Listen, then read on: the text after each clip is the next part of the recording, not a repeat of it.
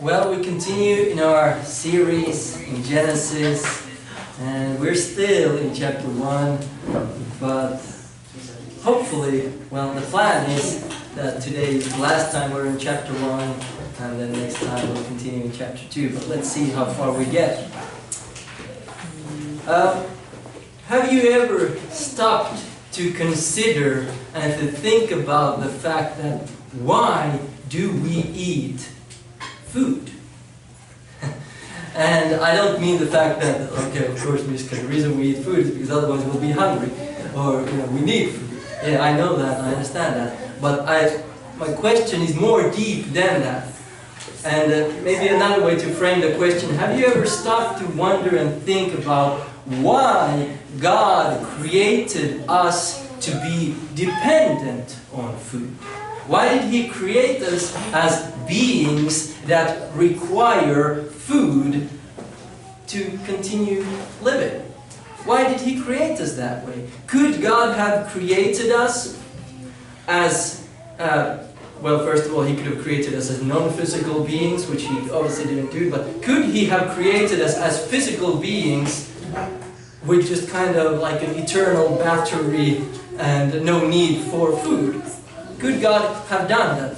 Of course God could have done that. Of course He could have done that. He's God. He can create. He can do whatever pleases Him. Whatever that He decides to do. If He would have decided to create Adam and Eve as physical beings with no need to ever eat food, He could have done so. He could have even created the way that the human body somehow just directly takes from the sun the energy that it needs, and therefore it never eats food. He could have done so. But did God do so? No, He of course didn't. And I don't know, depending on if you had breakfast today or not, you might even at this very moment feel the effects of, oh, I'm looking forward to something to eat after the church service. Because God has created us to eat and to need food. But why? Why? And could we say that there's, like, what is a theology of food? What are there reasons, deeper reasons, that God desires us to learn from the fact that we need food? I believe there are, and that's part of what we will look at today in our passages in Genesis 1 and verses 28 to 31. Verses 28 to 31. But before we look at that food aspect, I have to, I guess, in some ways ask for forgiveness, because last Sunday I said, I'm done with verse 28, but I'm not quite done. So I'm done with the fruitful part, but I need to say a few more things about the dominion aspect that I felt like when I was then reviewing my notes and the things that I said last Sunday. I was like, oh, I feel like I didn't cover it enough, that aspect of God's command for dominion. So today we will look at that aspect still, and then we will look at verses 29 to 31 and this God's gift of food or food diversity. So basically two things today. God's command for dominion, which some of it we covered already last week and even the week before, but a few more comments regarding that. God's command for dominion, and then God's gift for food diversity. Well, let me read to you the verses before us, and I want to begin from verse 26 today. So Genesis chapter 1, verse 26 to the end of the chapter. Then God said, "Let us make man in our image, after our likeness, and let them have dominion over the fish of the sea, and over the birds of the heavens, and over the livestock, and over all the earth, and over every creeping thing that creeps on the earth." So God created man in His own image. In the image of God He created him. Male and female He created them. And God blessed them, and God said to them, "Be fruitful and multiply and fill the earth, and subdue it, and have dominion over the fish of the sea, and over the birds of the heavens, and over every living thing that moves on the earth. And God said, Behold, I have given you every plant yielding seed that is on the face of all the earth, and every tree with seed in its fruit. You shall have them for food. And to every beast of the earth, and to every bird of the heavens, and to everything that creeps on the earth, everything that has the breath of life, I have given every green plant for food. And it was so. And God saw everything that He had made, and behold, it was very good. And there was evening, and there was morning, the sixth day. So, we've spent the last 2 Sundays looking at verse 28. And as I said, we'll look a little bit again, and then we'll look at the other verses in this chapter. And you'll have to listen to those messages if you feel like, if you haven't been here before and you feel like, well, what does it mean with all the fruitful multiply, and other aspects of that sought to cover in previous sermons. But today, then, continuing the theme of dominion. And I began with the whole question about food, but another question to ask yourself is, have you ever stopped and wondered where the desire within the human heart comes from to build things, to manage, to structure, to govern, and to even wrongly to rule over something? Where does that desire to rule and to manage and to get things done and to build and subdue and exercise dominion, where or why, where does that come from? Well, I believe we have the answer here. It is part and parcel of what it means to be human. What it means to be created in the image of God. This aspect to have dominion. And that desire for dominion in and of itself is good and right. It can then be seen in wicked and perverse and ungodly and just wrong dominion, or it can be seen in good and godly and righteous dominion. But that desire itself is within the, how would you say, human DNA, because God has created us like that.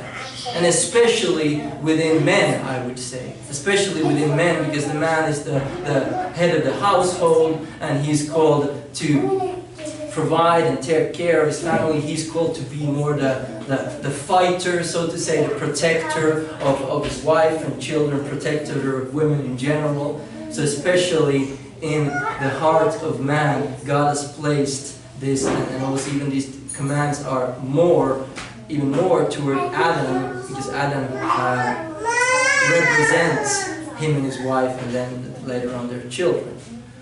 So it's even stronger within man. But both in man and woman, there's this desire to see things happen and subdue and have dominion. And this comes from what we've seen here in verse 28, and earlier, as I read in verse 26, when God said, at that point it was God's kind of idea, as He's like thinking and planning, let us make man in our image after our likeness, and let them have dominion. So at the very core of what it means to be created in the image of God is this aspect of having dominion over the rest of creation, specifically animals and plants and everything kind of connected to them.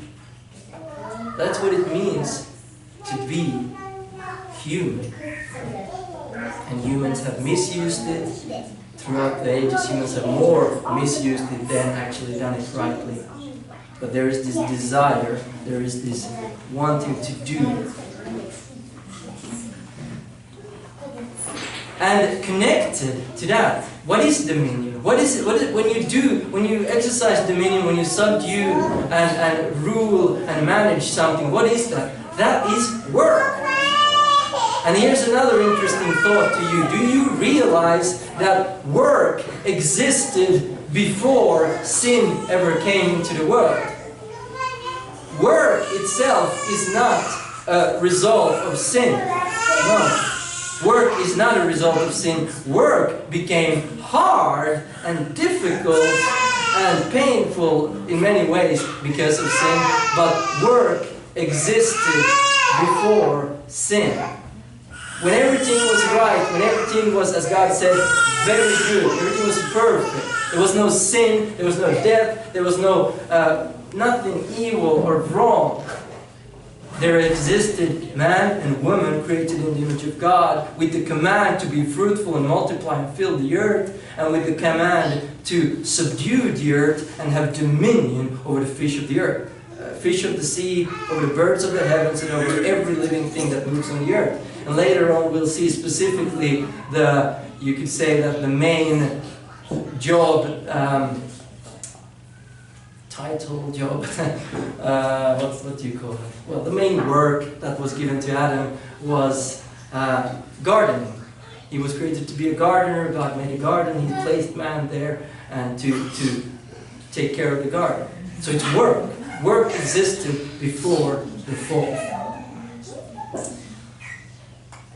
But what does it mean specifically, really, then, to subdue the earth? What does it mean to have dominion? Because some of these words, I mean, dominion, we don't really use that word maybe too much, and for most of us, even English is not our native tongue, and we might be, what exactly is dominion? Is it like dominoes? You know, it's like the game dominoes? Or, you know, in Finland we have the domino cookies. No. Dominion is basically the idea of ruling over something, or managing something, being the, if you say, boss over something. The manager, the ruler, the king over something. And this is what I've said before, and I think it bears way to say it again. God, essentially, when He creates mankind, He creates them as little kings and queens to rule over. He's created the kingdom, the earth, and now He makes He is the King of Kings, God Himself, and He creates mankind in His image, and He says, exercise, rule, authority, rule over this creation. Like a king would rule over his kingdom. Mankind is commanded to be fruitful, multiply, fill the earth, and subdue it, and have dominion. And like, as I said already, subduing or dominion or managing or bringing under control or ruling can be either good or evil, depending on the person doing it and why and how they are doing it.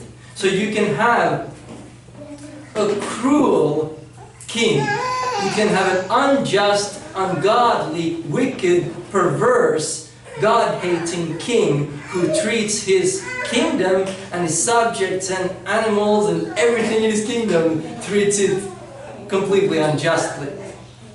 And it would be miserable to be part of that kingdom. But then you can also have a righteous, God-loving, God-honoring, kind, gentle, just king who takes care of his kingdom, takes care of the people who work in his kingdom, takes care of the people working in his, in the, whatever, the fortress, if you want to imagine the kingdom. And people might want to like I want to be part of that kingdom because he takes so good care. So you can do it well, or you can do it in a wicked and sinful way.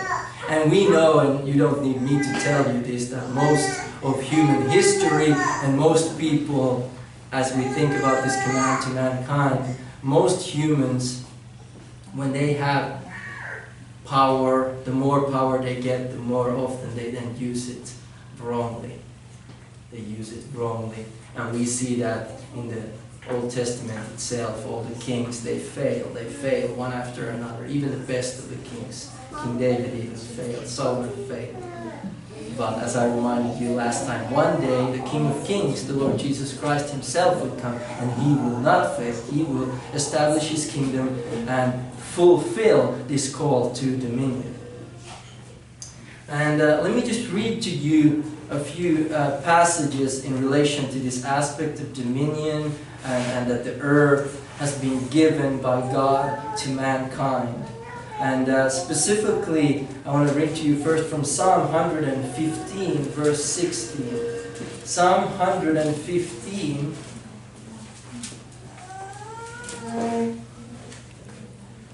verse 16. The heavens are the Lord's heavens, but the earth he has given to the children of man. He has given to the children of man. This earth that we live on was given to Adam and Eve to rule and reign in righteousness. We know they failed and sin came into the world, and now there's death, there's suffering, there's pain, there's hatred, there's wicked rulers all over the place. But still, it's this earth, and we're still called to live in a way that honors God, and the earth has been given to the children of man. That's what it means to be human. We've been created to live on this earth, and we will live on this earth, a renewed earth for eternity. All those who trust in Christ will be resurrected with, fully restored bodies. But my little boy Jeremiah asked me yesterday when we were walking, he held my hand, and I have a cut here at my finger. When I was younger, I was doing we were swimming, and I found some metal piece and just ripped up my whole finger, and it's still there. And my boy Jeremiah asked, "Daddy, when is that going to be gone?" I say, "I don't think it's going to be gone until Jesus gives me a resurrected body, until he restores my body." Christ will have his holes in his hands. He has them in his resurrected body because they're a sign of victory. This is not a sign of victory for me. This is just a sign of young stupidity. God will restore my body. But we will live on a restored earth in a new heavens and a new earth. New heavens and new earth. So God has given the earth to the children of man, and in the end God himself will come down to New Jerusalem and be with his people. But another passage in Proverbs then, so from the book of Psalms, the next book, turn to Proverbs chapter 12. I've referred to this passage maybe a few times already as we've been thinking about dominion, but I don't think I ever got to it, so I want to read it to you now. Proverbs 12, verse 10 and 11. Whoever is righteous has regard for the life of his beast, but the mercy of the wicked is cruel. Whoever works his land will have plenty of bread, but he who follows worthless pursuits lacks sense. So, as we think about this command to dominion, there's first of all the command to subdue the earth, and then there's the command to dominion over basically all the animals. And these two verses in Proverbs kind of comment on both of those. The first aspect, that whoever is righteous, so whoever loves God, whoever seeks to do what is right, will have regard for the life of his beast, so his animal. So righteous man treats an animal even rightly, because he recognizes even the animal is not being created in the image of God, but it's still being created by God, and has a purpose and life, and therefore we don't just go around kicking dogs or just like breaking, some animals' necks for the fun of it, or torturing animals, because we respect God as the Creator, and we respect the life He's made.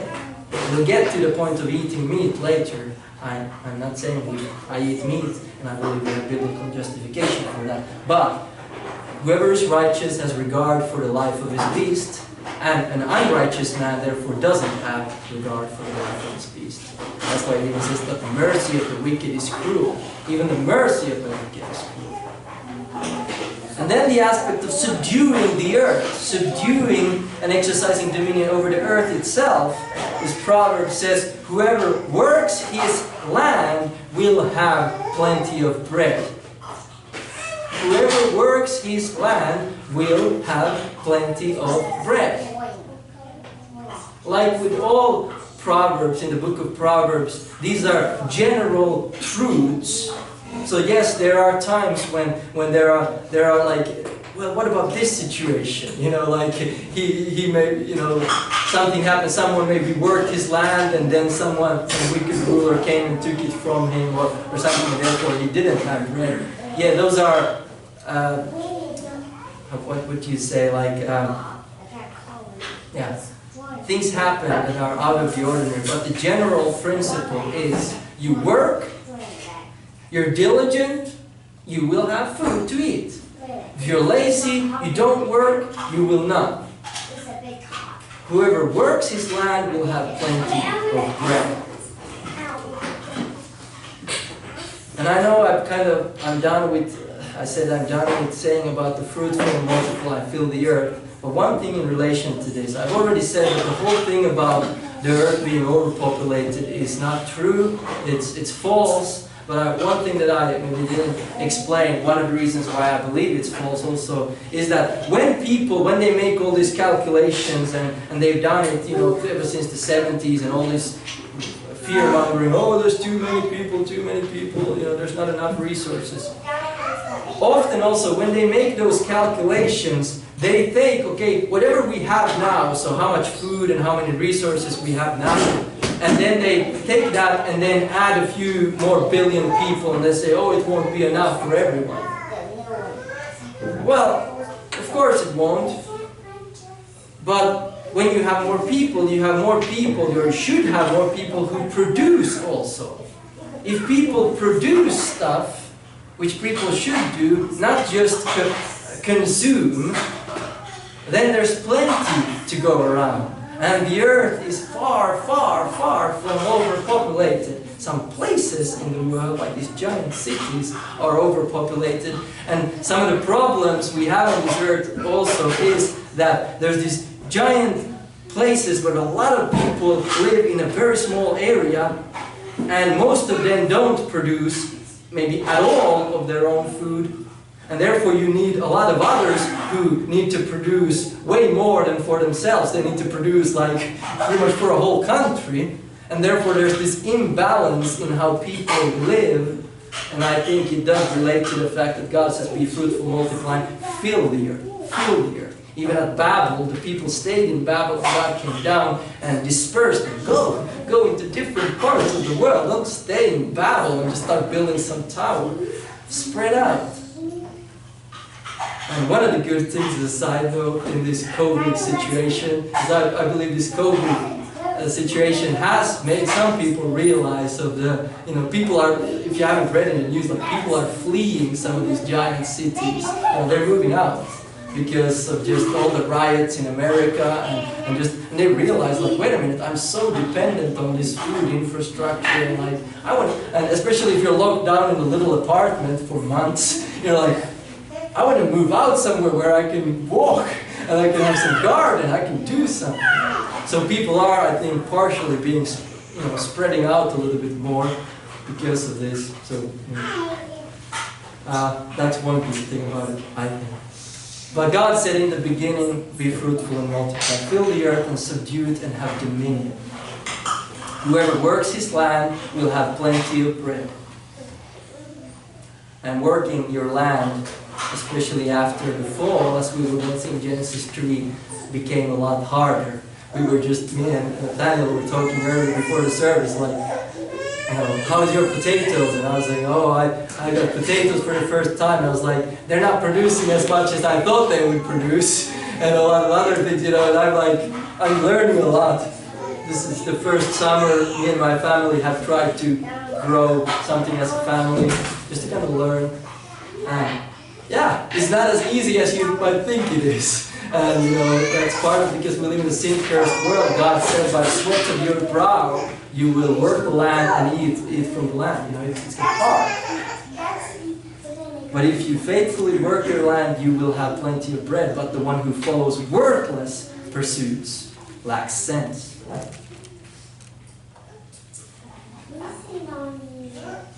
So, God has created mankind with the desire to rule, to exercise dominion, to subdue. And not just with the desire, but He's given us that command. He's given us that command. And of course, when God gives us this command, it goes without saying that this is to be done in a way that honors God. And that's why, for example, that Proverbs 12:10 is an example. When a righteous man does it righteously, does it rightly.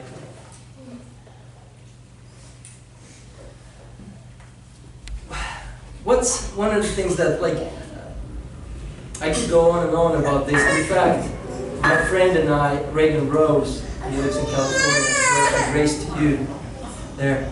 We started even a podcast because it was his idea, and we've done a few episodes, and mainly the idea, that podcast, we deal with some other things, and now we haven't done in a few weeks or maybe a month because of, life got busy and there are different things, like that funeral and other things, but we're planning to continue doing more episodes. But one of the things that really got us thinking about all of that stuff, it's called How Should a Man Live, was then this specifically this command that God gives to mankind, and how that should affect me, and how should I think about life and all aspects of life in light of this. So we try and in that podcast deal with different issues.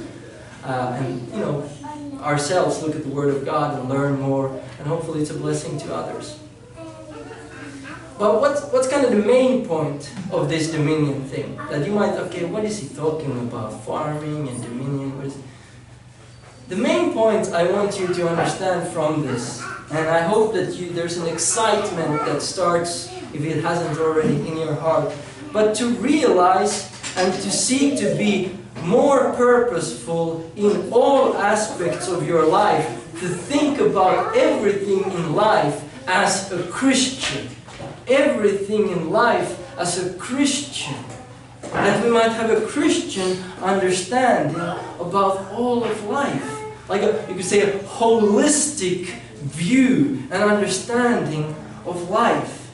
We might think in a God-honoring Christian way about the land, the earth God has made. We might think in a God-honoring Christian way about the animals He's made. We might think in a God-honoring Christian way about the plants, as we'll see, as He's given us for food. That everything in life is viewed through Christian lenses, which I would say are corrective lenses. So not like putting sunglasses on, which changes the color, but the other way around. Without those lenses, you see things a bit perverted and twisted or blurred. And when you put those lenses on, it puts it in focus. Okay, now I understand. I understand what it means to be human. I understand why we build things, why we do things. I understand the purpose of this whole earth. I understand the purpose of mankind, marriage, children, animals, plants, food, work, all of it. I understand in the light of God's Word. It's so exciting, or it should be so exciting. And this is the basis, as I said, this is the basis of why we do work. Why do we do work? Because God has created us to do work. He created us to do work before the fall, and we still continue doing work after the fall. It's harder, and more difficult, but the same principle continues. We have been made to do work. Therefore, it's not good for a man or a woman to just be long times of not doing anything. It's not good. There's times for holidays, there's time for resting, there's time, all that granted. But in the end, it's not good. And the only thing, you'll just be depressed and come up with all kind of evil things to do if you don't do anything with your life, if you don't do any kind of work. Okay, well, this God's command for dominion is the basis for work. It's the basis for everything. And I challenge you, whatever your work is, whatever you work with, start thinking about that work more and more purposefully, thinking, okay, this work is not just like, okay, I'm a Christian on Sundays, or spiritual, I'm a Christian, but then I just have to do these things. I just have to do this work, whatever it is. But start thinking it in the big picture of God giving mankind the command to subdue the earth and have dominion over it. And mankind has been able to develop all kinds of quite amazing things. And we have a lot of tools to do work that we never had before. Much of it is used wrongly, yes, of course, but we should use those things rightly and do our work to the glory of God. And so then to purposefully think more and more about all aspects of life from a Christian understanding, and specifically how it relates to God's command for mankind to exercise dominion over the earth. Well, as I began with the question of why do we eat food? So let's get to that, and that of course connects very well to dominion and subduing the earth, filling the earth. So let me read to you again verse 29 in Genesis 1. And God said, "Behold, I have given you every plant yielding seed that is on the face of all the earth, and every tree with seed in its fruit. You shall have them for food." And God said, "Behold." Every time you see the word "behold" in the Bible, this is in some ways it's kind of an old word. It's very rare that I hear in conversation. I don't think I've ever used it in conversation. Like, yeah, behold! Like, we get I speak Finnish, of course, but with anyone else, Nathaniel, behold my car. If I would say behold, you'd think like you're joking. But the word behold is an English word, and it's a good word, and rightly so, we have it in the Bible. But basically, if you want to translate it to more like common English language, you could be like, look, like, listen up, like, pay attention, this is serious, I'm going to show you something important. So that's what it's, behold. It's not just like, have a look, or, look this way. It's like, something serious, pay attention, behold. So, every time you see the word behold, you should kind of like wake up, okay, something important is coming. So this is what God said to Adam. He says, "Behold, I have given you every plant yielding seed that is on the face of all the earth, and every tree with seed in its fruit. You shall have them for food." This is the reason you need to eat food today. Because God created you to eat food. And God gave you the right to eat food. Adam didn't just suddenly figure out that he was hungry and kind of start, okay, what should I do? Where does this feeling come from? Or something, God had already said, here's food for you. All these plants that I made even before you existed. Look at this. I prepared a meal for you even before you existed. Here it is. And now I give you permission. These plants, and specifically the seeds in those plants, I give to you. And they shall be for food to eat. I believe you could say that there's 4 aspects. So when as I've been trying to think biblically, I would say a theology of food, a theology of food. What's my theology of food? Well, I believe the first and primary one is that it teaches us dependence on God. Think about it. Every day you're dependent on something outside of yourself to sustain your life. And even more clearly, you're dependent on God who lets the rain fall. You're dependent on God who lets the sun shine. You're dependent on God who created those seeds and plants in the first place. You're dependent on God who gives the growth to these plants. Even if you've never grown anything in your life, you are continually eating stuff that's grown in this earth. Even if you only ate meat, the fact that you're able to eat those meat is because those animals ate, plants. That's what we just need it. And it's outside of ourselves. And therefore, it teaches us and should remind us and be a constant reminder of our dependence upon God. Think about what Jesus said in the Lord's Prayer. Matthew 6, verse 11. In the Lord's Prayer, it says, "Give us this day our daily bread." Give us this day our daily bread.